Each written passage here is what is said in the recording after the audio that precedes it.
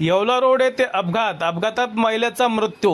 कोपरगाव शहरातील येवला रोड परिसरात असलेल्या साखर स्टील दुकानासमोर अपघातात एका महिलेचा दुर्दैवी मृत्यू झाला असून या प्रकरणी कोपरगाव शहर पोलिसांनी वाहन चालकाला ताब्यात घेतले आहे.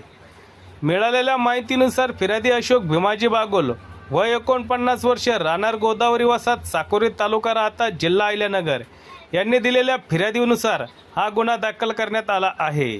6 जून 2026 रोजी सकाळी सुमारे 7:50 सुमारास येवला रोड परिसरातील साखर स्टील दुकानासमोर हा अपघात घडला आहे. आरोपी भूपेंद्र मोतीराम कुमार, राहणार राधुपुरा अहिरपुरा, इरगातनगर, आग्रा, उत्तर प्रदेश याने महिंद्रा कंपनीच्या पांढऱ्या रंगाच्या मालवाहू चेसिस वाहनाच्या निष्काळजीपणे व भरघा वेगाने वापर करून दुचाकीला जोरदार धडक दिली. या अपघातात अंबिकानगर कोपरगाव येथील शोभा दिलीप साळवे वय 48 वर्ष यांचा मृत्यू झाला आहे.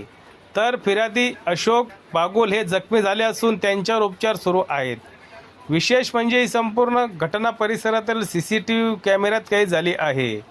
अपघाताची धक्कादायक दृश्य समोर आले असून भरघा व निष्काळजी वाहन चालकांमुळे होणाऱ्या अपघाताबाबत पुन्हा एकदा चिंता व्यक्त केली जात आहे. घटनेची माहिती मिळताच पोलीस निरीक्षक रामकृष्ण कुमार यांच्या मार्गदर्शनाखाली पोलीस उपनिरीक्षक संदीप सोन्ने आणि police head constable Baban Tamnar यांनी घटनास्थळी भेट देऊन पंचनामा केला. त्यानंतर आरोपी भूपेंद्र मोतीराम कुमार याला ताब्यात घेण्यात आले असून या प्रकरणाचा पुढील तपास कोपरगाव शहर पोलीस करत आहे. सत्य एक्सप्रेस न्यूजसाठी रवींद्र जगताप, कोपरगाव.